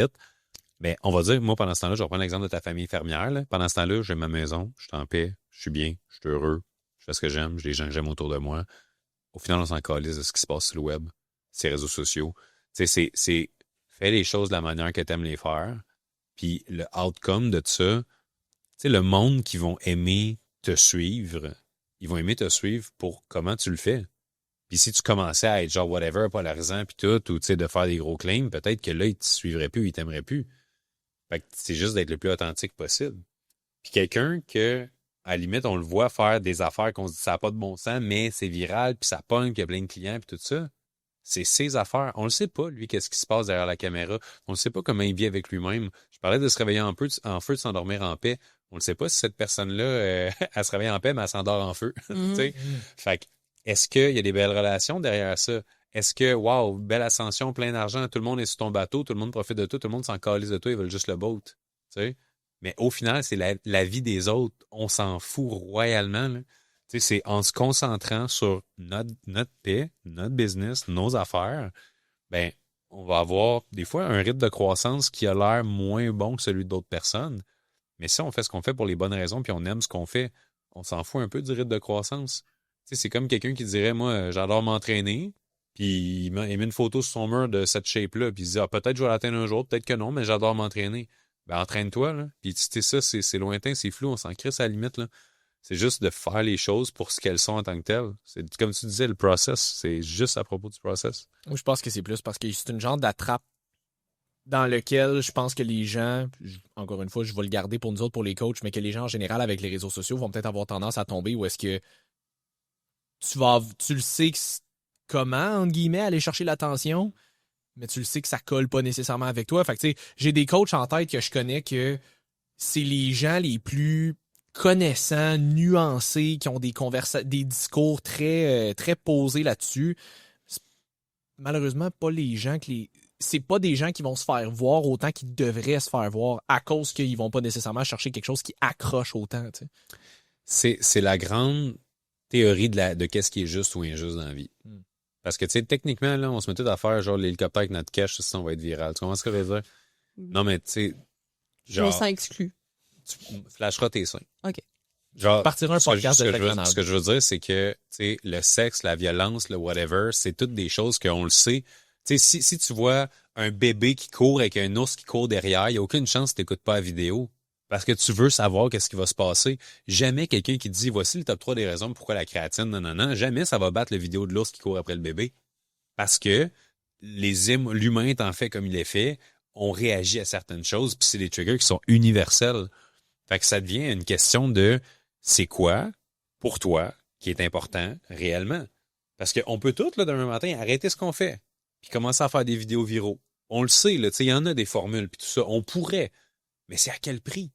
Qu'est-ce qu'on est prêt à sacrifier? Puis là-dedans, il y a notre âme, il y a notre temps, il y a notre réputation, il y a notre crédibilité. Il y a plein d'affaires. Fait on pourrait bien se dire que c'est injuste que le gars qui a plus de compétences ou whatever se fasse pas autant voir que l'autre qui a aucune compétence, mais que, justement, c'est une vidéo qu'il explique un concept, pendant ce temps-là, il bûche un arbre avec une hache, puis il se pitch dans un lac de glace, puis whatever. Mais pourquoi se poser la question si tu es juste ou si tu es pas juste? Tu sais, ou pourquoi essayer de trouver il y en a tellement, tu sais, combien vous pensez, genre, d'infirmières puis d'enseignantes mériteraient un esti de spotlight pour, genre, les belles personnes qui sont, puis de pompiers, puis Seigneur, whatever. oui. Ouais. Puis que pendant ce temps-là, tu sais, c'était une influenceuse qui vend ses pets dans un pot maçon, esti, pour 70 000 par année. Puis, tu comprends, tu sais, le monde est ce qu'il est. Fait que, un peu pour côté Hormozy, comme tu disais, tu sais, c'est soit t'embarques dans le game, soit t'acceptes que t'as joues pas. Mais dans les deux cas, il faut que t'acceptes. T'acceptes ce qu'il y a à gagner puis ce qu'il y a à perdre des deux bords. Des fois, c'est tu gagnes le succès, tu perds ton âme. Des fois, c'est un petit peu moins de succès, mais tu gardes ton âme. Puis d'où la patience et la persévérance, c'est de se dire, tu sais, en ce moment, oui, j'ai un beau succès parce que ça fait 17 ans que je fais ça. Est-ce que j'aurais pu avoir 1000 fois plus de succès 10 ans plus tôt si j'avais comme sacrifié plein de mes principes et whatever en cours de route? Fuck yeah. Mais au final, what's the goal? Tu sais? Puis, selon toi, parce que ça fait pas si longtemps que ça que les réseaux sociaux sont monétisables, si on peut dire ça comme ça. Selon toi, c'est quoi la place que les réseaux sociaux vont avoir dans l'avenir? Est-ce que ça va rester aussi populaire? Est-ce que les gens vont toujours avoir besoin d'être plus polarisants? Qu'est-ce que, selon toi, il va se passer avec ça, côté business? Je pense que la valeur des médias sociaux va vraiment diminuer pour la classe moyenne. Genre les créateurs, on va dire, qui sont pas encore millionnaires, quelque chose comme ça, parce que il va trop avoir d'offres, parce que le contenu va être majoritairement créé par AI. Fait que, tu sais, avant, quand tu te battais contre tes compétiteurs pour avoir l'attention des gens, t'avais toi puis 3 autres entraîneurs ou 3 autres professionnels de ton domaine. Puis là, c'était genre, bon, c'est qui aime plus la vibe de telle personne? Mais là, après ça, non seulement il y a plus de professionnels, parce qu'il y a beaucoup plus de gens qui se lancent en ligne puis qui servent des médias sociaux. Là, c'est plus toi contre 3 entraîneurs. C'est toi contre 300 entraîneurs. Puis là, ça, OK, c'est un problème. Fine, on va essayer de dealer avec la compétition. Mais là, vous vous battez plus juste contre des entraîneurs. Vous vous battez contre tout le monde qui essaie de capturer l'attention des gens parce qu'un fil d'actualité a une quantité limitée de data qu'ils peuvent te transmettre. Fait que comme je disais tantôt, il y a votre capsule éducative sur l'adénosine triphosphate, puis pendant ce temps-là, tu as une vidéo de bébé qui se fait chase par un ours, tu as une vidéo de tsunami, puis tu as une vidéo d'AI d'un requin qui joue du banjo, puis tu es comme, c'est un montage ou c'est vraiment un requin qui joue du banjo? C'est impressionnant parce qu'il n'y a pas de bras, tu sais. Puis comment tu peux compétitionner dans un monde dans lequel, d'ici quelques années à peine, il va y avoir des milliers de vidéos qui vont être produites à la seconde, puis les vidéos vont avoir le seul objectif de capturer l'attention. Parce que n'oublions pas une chose, quand on fait du contenu éducatif, là, notre but, c'est pas de hook puis de gros punch puis nanana. Notre but, c'est d'informer les gens.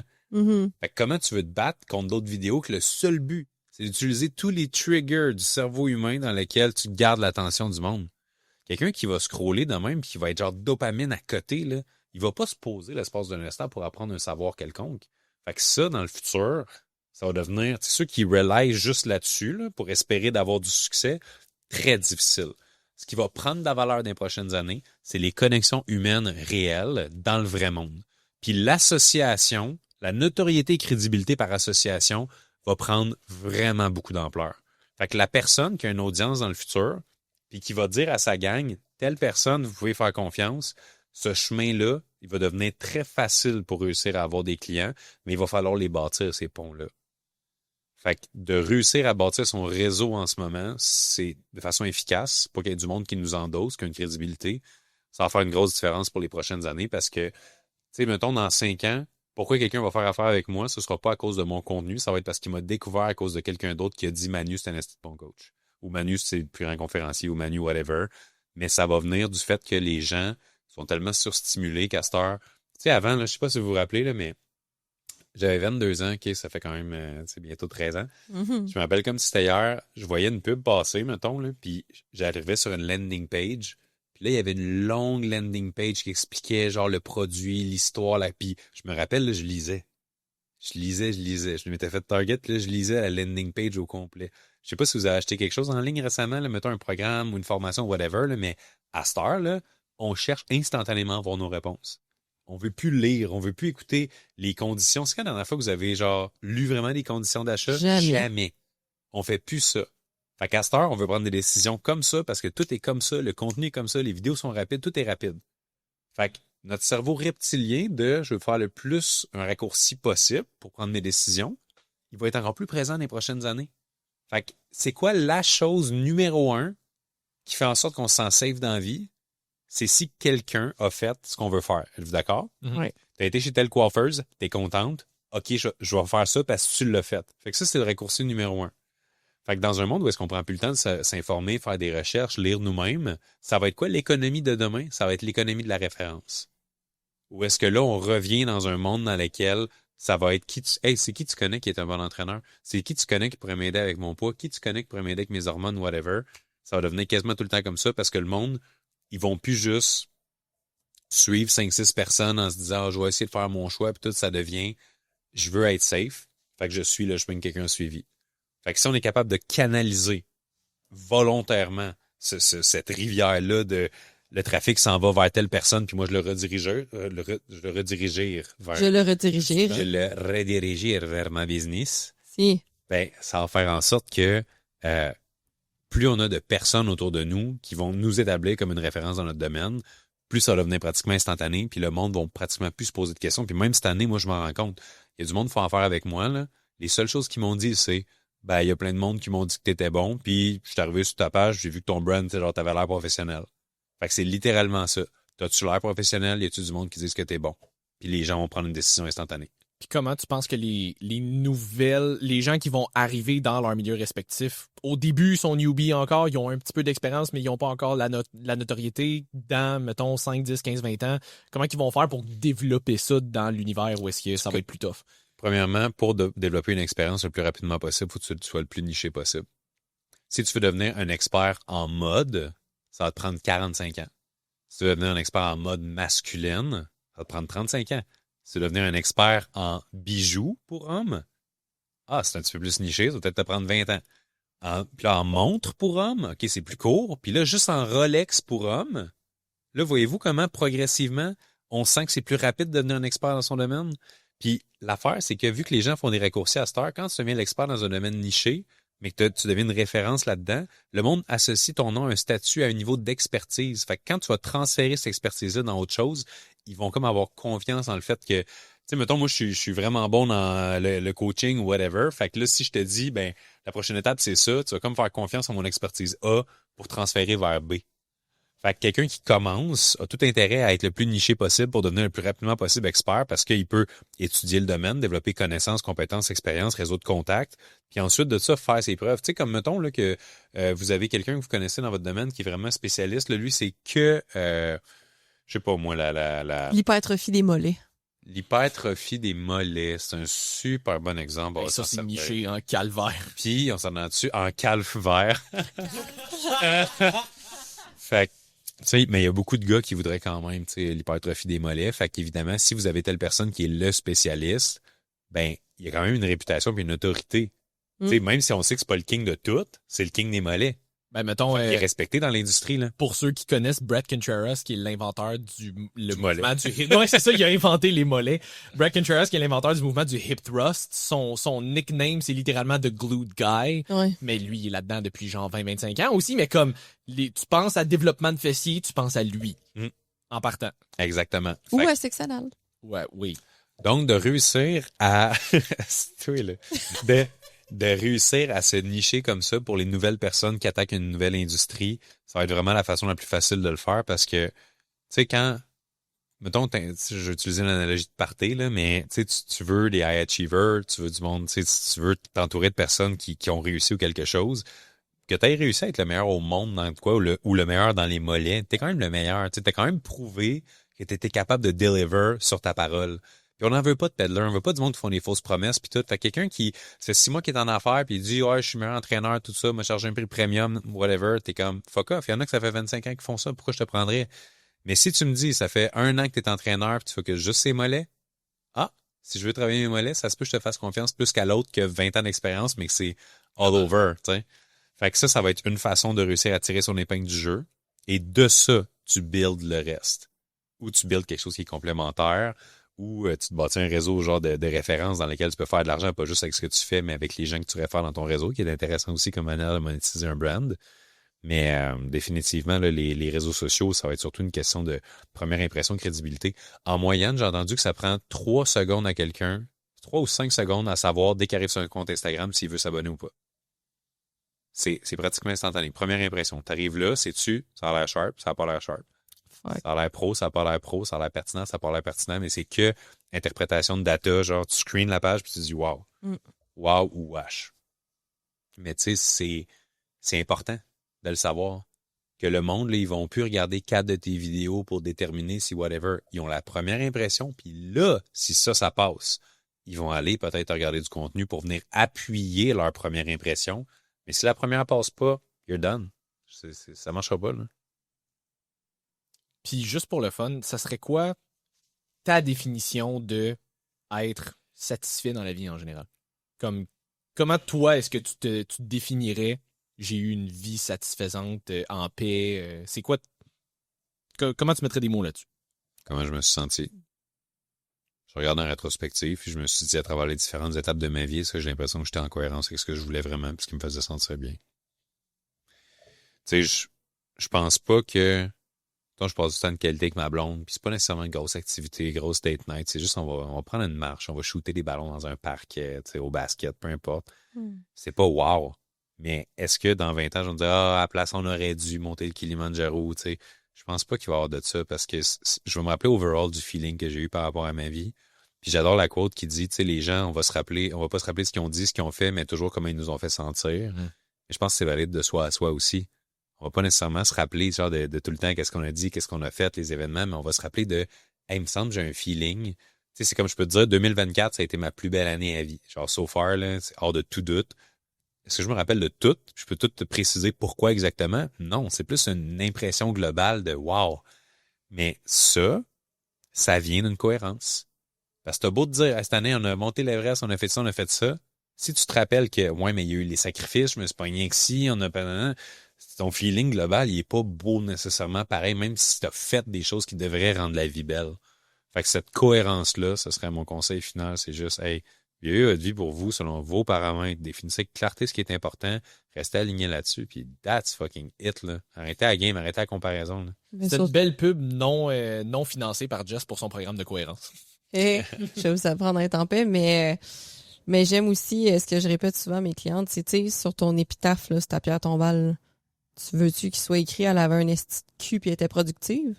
Ça serait malade. Genre, comme, c'est pas ça. Ouais, c'est pour vrai. C'est pas ça que les gens vont se rappeler de toi. Tu sais, quand les gens. Puis, je dis pas de pas vouloir atteindre un certain physique, mais encore une fois, c'est de le faire en cohérence avec ce qui vous rend heureux, heureuse. Parce que quand tu focuses trop sur ton objectif, juste, OK, faut que j'aille l'air de ça. Premièrement, faut que j'aille l'air de ça. C'est déjà mal parti. Mais c'est pas de ça que les gens vont se rappeler non plus. Puis l'affaire, c'est que souvent, les gens veulent atteindre une certaine shape, mais c'est très extrinsèque. C'est très pour le regard des autres. Fait que juste de se ramener à, OK, mais qu'est-ce sur ton lit de mort, là? C'est quoi le feeling que tu veux avoir? Qu'est-ce que tu veux te dire? Regarder ta vie en arrière, là, c'est quoi que tu veux comme sentiment? Tu veux-tu un sentiment de wow, justement, j'étais en paix, j'ai passé des bons moments, j'ai tout fait ça, ou j'ai vécu pour les autres, puis j'ai vécu pour une image? Parce qu'on peut écrire ce qu'on veut sur ta pierre tombale, là. Comme ça peut être ah ouais, moi je veux qu'on se souvienne de moi parce que j'étais chaude en crise puis que j'étais vraiment productive puis je faisais plein de cash. Ou on peut se rappeler de toi pour le sentiment que tu apportais de bonheur, de paix aux gens, puis comment est-ce que tu étais tout le temps authentique puis que tu avais donc bien l'air de rayonner dans Mais ta l'un vie. n'empêche pas l'autre en même temps. Non, C'est 100%. ça qui est le fun, tu sais, c'est que tu peux littéralement avoir un institut et être productif, C'est mais ça. être une personne bienveillante dans l'amour, qui Ben oui. tout ça C'est est possible. c'est pas un ou l'autre, mais c'est que moi, personnellement, les gens que je coach, c'est rarement ça qui va les rendre heureuses. Ben, je te dirais, c'est une question aussi de voir l'objectif sera-t-il atteint parce qu'il était l'objectif ou l'objectif sera-t-il atteint car il est une conséquence naturelle du travail en soi. Ce que je veux dire par là, c'est que un jour, je suis pas fermé à l'idée d'être milliardaire. Ce qui est quand même assez intéressant si tu regardes d'un point de vue objectif financier. Tout le monde pourrait dire that's the goal ou même plus que le goal. Mais même si je suis ouvert à la possibilité d'un jour être milliardaire, jamais je vais travailler de façon à me dire je dois être milliardaire ou j'espère être milliardaire. La seule raison pour laquelle ça arriverait, c'est que mon impact réel sur mes clients à travers mes entreprises va avoir amené assez de monde à assez de transformation pour que la conséquence, ce soit cet argent-là. Mm-hmm. Mais jamais ça va être de goal. Fait que si un jour, j'ai, comme tu parlais, tu sais, un SQ, un whatever, ça va pas être parce que je vais m'être dit « it's gonna be this », mais plutôt « hey, c'est drôle, hein? J'ai fait tant d'affaires pendant tant d'années, puis à un moment donné, je me suis réveillé, puis this was it ». Et voilà. Puis c'est ça qui est beau de se dire qu'il faut pas être moins ambitieux pour autant, là. Faut pas genre play small ou faut pas avoir de, tu sais, on va pas tout se dire, OK, on devient tout à la miche, puis let's go, puis on fait pousser des chèvres comme je disais tantôt, puis c'est ça le bonheur dans le fond. Mais c'est de se dire que il y a une énorme différence entre avancer en voulant un objectif, puis avancer en ayant besoin d'un objectif, ou avancer en se disant j'avance pour avancer parce que j'aime comment j'avance, et un jour je me rendrai bien compte d'où est-ce que je suis rendu, puis ça fera mon bonheur, tu sais. 100%. Très bonne réponse. Si tu avais un mot de la fin sur lequel laisser les gens, un final thoughts par rapport à, on a parlé d'entrepreneuriat, de être en paix, chase tes bons objectifs, quoi que ce soit. On a parlé de sexe anal. Donc, un anal thoughts. Oui, exact. Thoughts. Je dirais que, premièrement, si quelqu'un s'est rendu jusqu'ici dans l'épisode, c'est probablement parce qu'il avait besoin de certains de ces messages-là, mais aucun de ces messages-là n'a une valeur s'il n'est pas transmis en action. Fait que, tu sais, c'est cliché, là, mais c'est juste, pars pas de là inspiré, pars du podcast, puis va littéralement partager l'épisode à quelqu'un que tu te dis, j'ai envie d'avoir une conversation intelligente avec cette personne-là autour de cet épisode-là, et qu'ensemble, on se challenge à mettre des actions concrètes en place pour effectuer des changements par rapport à ce qu'on a appris ou ce qu'on a réfléchi. Accountability body. Exactement. Fait que je dirais, ce serait ça la meilleure chose que je pourrais dire, parce que toute la connaissance du monde vaut rien sans application. Ça, honnêtement, je trouve ça le fun. J'écoute quelques podcasts de temps en temps. J'en écoute nécessairement tant que ça, mais j'aime ça en reparler après avec d'autres mondes pour voir. Ça crée des discussions, ça te force à réfléchir aussi par rapport à ça. Puis tu sais, j'en ai écouté un relativement récemment, puis je me suis pris des notes que je m'étais dit, je vais en reparler dans mon groupe de clients après parce que je pense que ça pourrait aussi avoir un impact sur d'autres mondes. Fait que ce genre de truc-là de développement personnel, je pense que, comme tu dis, de le repartager avec d'autres mondes, ça a beaucoup de valeur. Définitivement. Puis si le monde, justement, pendant que c'est encore possible de suivre des gens sur Internet qui sont pas tout le temps AI, mon nom, c'est Man Lemire, c'est médias sociaux. Parce que des fois, le monde, vu que mon nom, c'est Manu, il me cherche un peu, là, mais Man Lemire, médias sociaux, puis partage toujours du contenu comme ça. Développement personnel, business, c'est une clientèle entrepreneuriale qui me suit. Fait que c'est le fun aussi dans les commentaires de voir le monde qui tisse des liens puis tout ça. Fait que c'est possible de me retrouver là-bas. Très cool. Hey, merci beaucoup de t'être déplacé aujourd'hui pour venir faire ça avec nous autres pour la 3e fois. J'espère que vous allez trouver qu'il était meilleur que les 2 premiers. Cette fois-ci, ça se pourrait qu'il y ait du bon contenu. Ça se pourrait. On va essayer de clipper juste, il y a certains bouts. On va faire un best-of de ce que tu as dit aujourd'hui. Je pense qu'on va avoir quelque chose d'assez digne d'un reel. Ouais. Jess, NIH? www.nhsupp.com avec le code WUACV10 pour un 10% de rabais sur vos commandes en ligne. Vous pouvez aussi maintenant utiliser le code WUACV10 dans les shops santé à Martin-Gendron, donc à Boucherville, à Saint-Basile et à Longueuil. Okay, t'avais l'air d'essayer de te rappeler c'était où au fur et à mesure que tu le disais. C'est vraiment ça qui se passe dans ma tête. Si jamais vous vouliez de la merch oversize pour vos workouts aussi, le lien va être dans la description pour vos chandails Machine, donc avec le code WUACV10 aussi. Puis on vous souhaite une bonne fin de journée. On se revoit la semaine prochaine pour un prochain épisode. Bye tout le monde. Salut tout le monde.